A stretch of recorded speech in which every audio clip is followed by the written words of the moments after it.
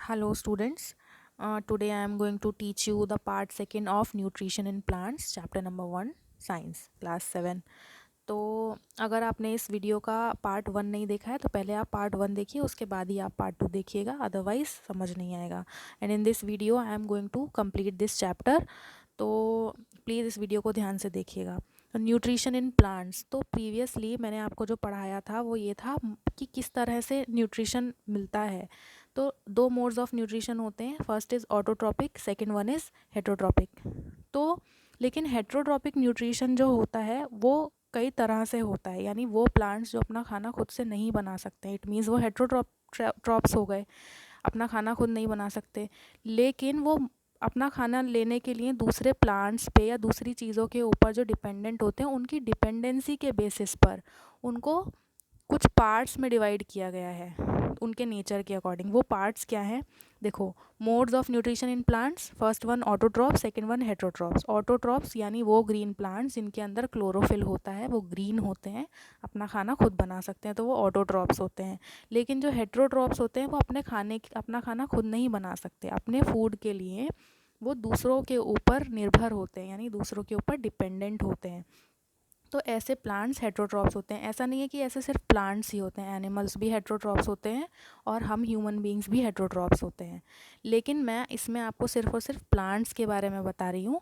तो हेटरोट्रॉप्स के चार जो पार्ट हैं जो वो अपने खाने के लिए दूसरों पे डिपेंडेंट होते हैं नेचर के अकॉर्डिंग, वो चार पार्ट क्या हैं? इंसेक्टिवोरस प्लांट्स, पैरासाइट्स, सिम्बायोटिक और सेप्टोट्रॉपिक. तो first one is insectivorous. Insectivorous का मतलब क्या होता है?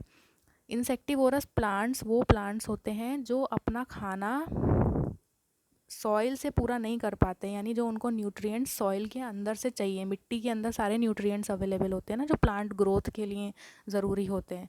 लेकिन कुछ जगह ऐसी होती हैं जहाँ पर मिट्टी के अंदर सारे न्यूट्रिएंट्स नहीं होते, तो वो उन न्यूट्रिएंट्स को पूरा करने के लिए इंसेक्ट्स खा लेते हैं. अगर आपने कार्टून्स में देखा होगा, बहुत सारे कार्टून्स में, कि बड़े बड़े प्लांट्स मुंह खोल के इंसानों को खा जा रहे हैं या किसी भी चीज़ को खा लेते हैं, कुछ दिखाते हैं ना ऐसा कार्टून्स में. मेरे ख्याल में कुछ बच्चे रिलेट कर पा रहे होंगे इस चीज़ से, कार्टून्स में देखा है मैंने भी.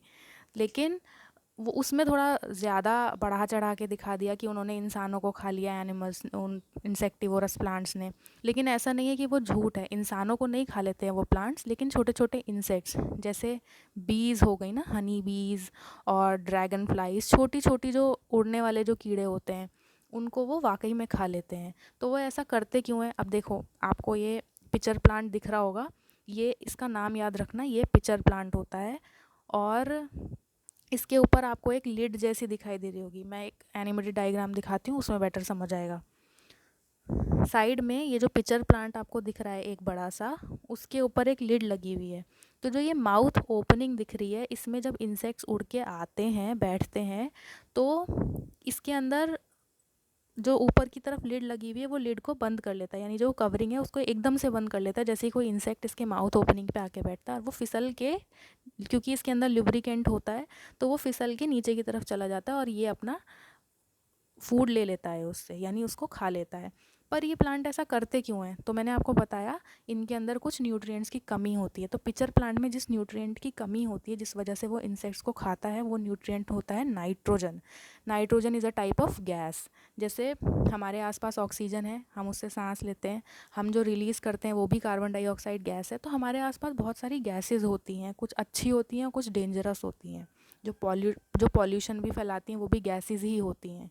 तो nitrogen is also a kind of gas जो कि हमारे एनवायरनमेंट में अवेलेबल है, लेकिन सॉइल में भी उसका अवेलेबल होना बहुत ज़रूरी है. तो कुछ जगह ऐसी होती है जो वो सॉइल में अवेलेबल नहीं होते, तो वहाँ पर पिचर प्लांट इंसेक्ट्स को खा के उस अपने अंदर नाइट्रोजन की कमी को पूरा करते हैं. आई होप आपको ये वाली चीज़ समझ आई होगी, नहीं आई दोबारा रिपीट करके सुनना इसको. Next one is parasite. तो next relationship is parasitic relationship. अब पैरासाइट का सबसे पहले मतलब समझो. पैरासाइट का मतलब होता है कि आप किसी के ऊपर डिपेंडेंट हो प्लस उसको नुकसान भी पहुंचा रहे हो. तो जैसे इस एग्जाम्पल में आपको दिख रहा होगा एक येलो कलर की बेल जैसी दिख रही है, पतली पतली, उसको बोलते हैं हिंदी में अमर बेल, या इंग्लिश में बोलते हैं कसकटा. तो ये जो अमर बेल होती है is a kind of parasitic parasite होती है ये, क्योंकि जो ग्रीन अपना खाना खुद नहीं बना सकती, क्योंकि येलो कलर की है ना, देखो अपना खाना खुद नहीं बना सकती है, अपने खाने के लिए दूसरे प्लांट के ऊपर लगी रहती है। और क्या करती है, उस प्लांट को प्लस नुकसान भी पहुंचाती है, क्योंकि उससे तो ये फूड लेती है और उसको नुकसान पहुंचाती है, बदले में उसको कुछ देती नहीं है। तो इस टाइप की रिलेशनशिप जो होती है उसको बोलते हैं पैरासिटिक रिलेशनशिप। तो ये हो गया पैरासाइट का एग्जाम्पल।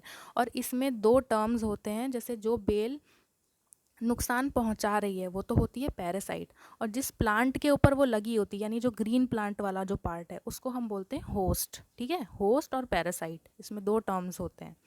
थर्ड वन मैंने आपको बताया था सिम्बायोसिस, यानी सिम्बायोटिक रिलेशनशिप। ये एक बहुत ही अच्छी टाइप की रिलेशनशिप होती है। अच्छी टाइप की रिलेशनशिप मतलब दोनों एक दूसरे के साथ रह रहे हैं, यानी दो प्लांट्स हैं एक दूसरे के साथ रह रहे हैं और एक दूसरे को किसी ना किसी वे में फ़ायदा पहुंचा रहे हैं, कोई किसी का कोई नुकसान नहीं कर रहा, कोई किसी चीज़ में हेल्प कर रहा है एक दूसरे की, कोई किसी चीज़ में हेल्प कर रहा है। जैसे अब इसमें नीचे एक लाइन लिखी हुई है, rhizobium lives in the roots of leguminous plants like peas moongs etcetera and provides them with nitrogen. इसको बहुत ध्यान से सुनना, इसका मतलब क्या होता है, rhizobium is a type of bacteria. इसको आपको याद रखना है कि राइजोबियम एक टाइप का बैक्टीरिया होता है जो लेग्यूमिनस प्लांट्स होते हैं। अब लेग्यूमिनस प्लांट्स कौन से होते हैं, जैसे मटर हो गई, मूंग हो गई, इन सब की जो जड़ें होती हैं उसमें वो बैक्टीरिया रहता है, राइजोबियम बैक्टीरिया रहता है। तो उसको क्या फ़ायदा हुआ, वो वहाँ पे रह रहा है क्योंकि उसको शेल्टर की ज़रूरत है। तो जो लेग्यूमिनस प्लांट्स हैं ये मटर और मूंग, इन्होंने उसको राइजोबियम बैक्टीरिया को रहने के लिए जगह दी, तो ये तो राइजोबियम का फ़ायदा हो गया। अब राइजोबियम बदले में इनको क्या दे रहा है, वो तो किराएदार है ना, तो वो भी तो बदले में कुछ देगा।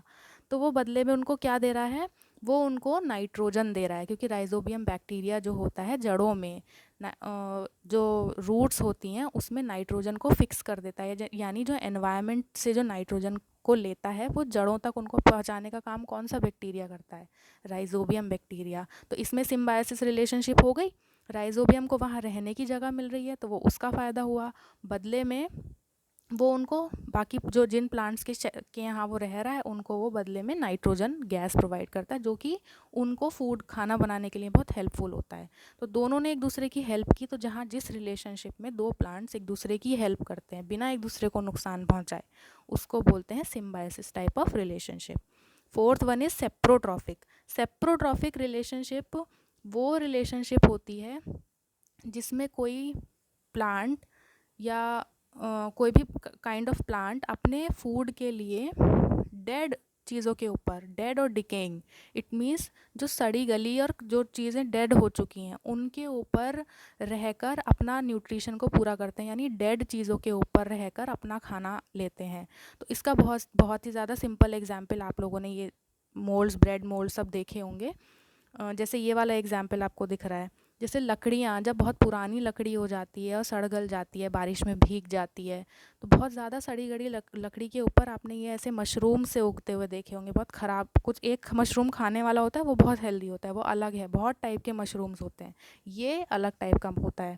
तो ये वाला जो है ये सड़ी गली लकड़ी के ऊपर या कोई भी चीज़ जब ख़राब हो गई होती है उसके ऊपर उगना शुरू कर देते हैं। क्यों? क्योंकि ये उससे अपना न्यूट्रिशन लेते हैं। तो ये सेप्रोट्रॉफिक टाइप ऑफ न्यूट्रिशन हो गया। और इसके लिए आप एक एक्टिविटी घर में करके देख सकते हैं। आपको एक ब्रेड लेना है, फुल साइज़ ब्रेड लेना है और उसके ऊपर कुछ पानी स्प्रिंकल कर दीजिए, थोड़ा पानी छिड़क दीजिए उस पर, और उसको एक पॉलीथीन में पैक करके किसी डार्क कमरे में या अंधेरी जगह पर रख दीजिए। 1 या 2 दिन बाद आप उसमें देखेंगे तो उसके ऊपर फंगस लगी हुई मिलेगी। इसका मतलब फंगस क्या है, क्योंकि वो ब्रेड ख़राब हो गई उसके ऊपर फंगस उग गई। तो इसका मतलब क्या हुआ, फंगस क्यों लगी, क्योंकि फंगस भी सेप्रोट्रॉफिक टाइप ऑफ न्यूट्रिशन लेता है, यानी वो भी डेड और ख़राब चीज़ों के ऊपर उग के अपना खाना लेता है, तो वो भी एक सेप्रोट्रॉफिक टाइप ऑफ प्लांट है। तो ये तो 4 टाइप्स हो गए अदर मोड्स ऑफ न्यूट्रिशन के हेटेरोट्रॉपिक प्लांट्स में।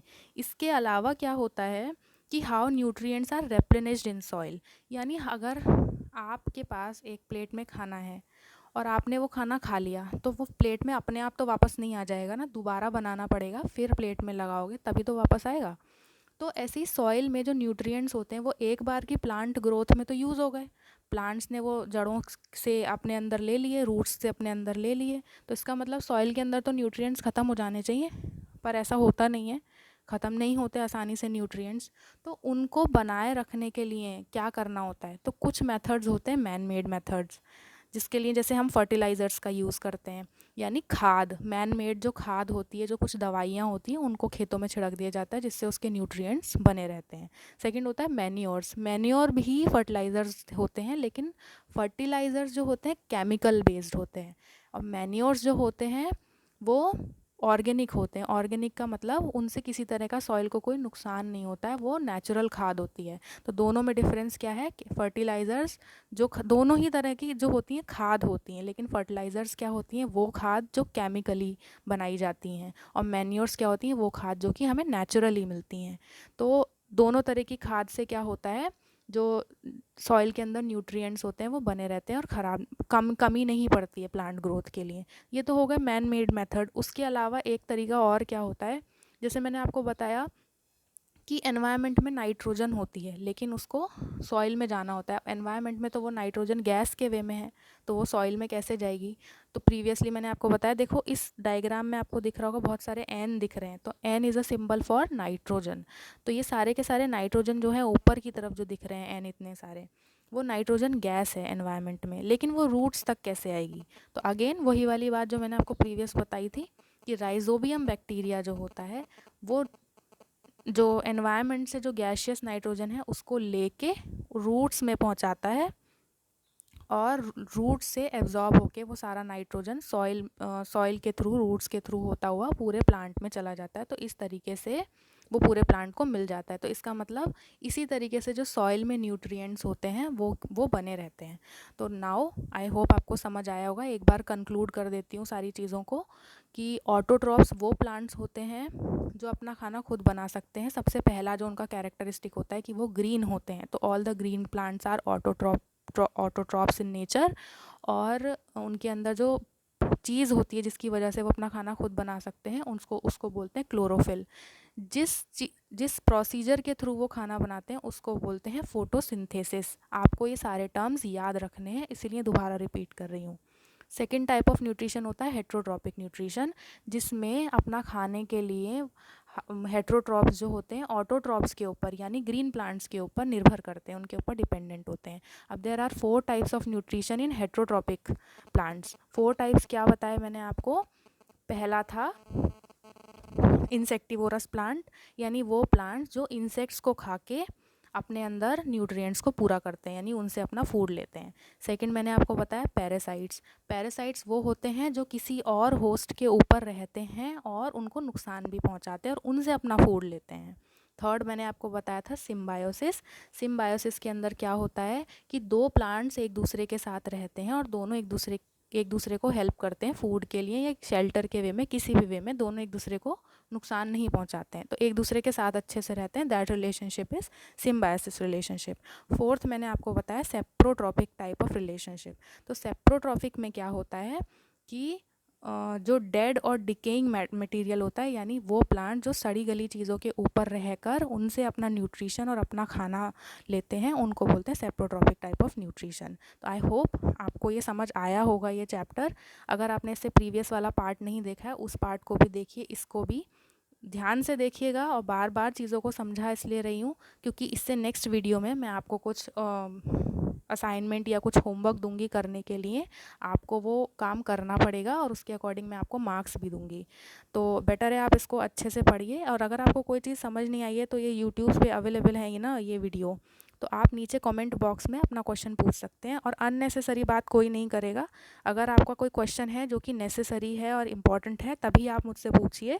अदरवाइज़ अगर वो चीज़ वीडियो से क्लियर नहीं हो पा रही आप ज़रूर पूछिए मुझसे, लेकिन बेकार की बातें कमेंट सेक्शन में नहीं करेंगे, ठीक है। Thank you and have a nice day.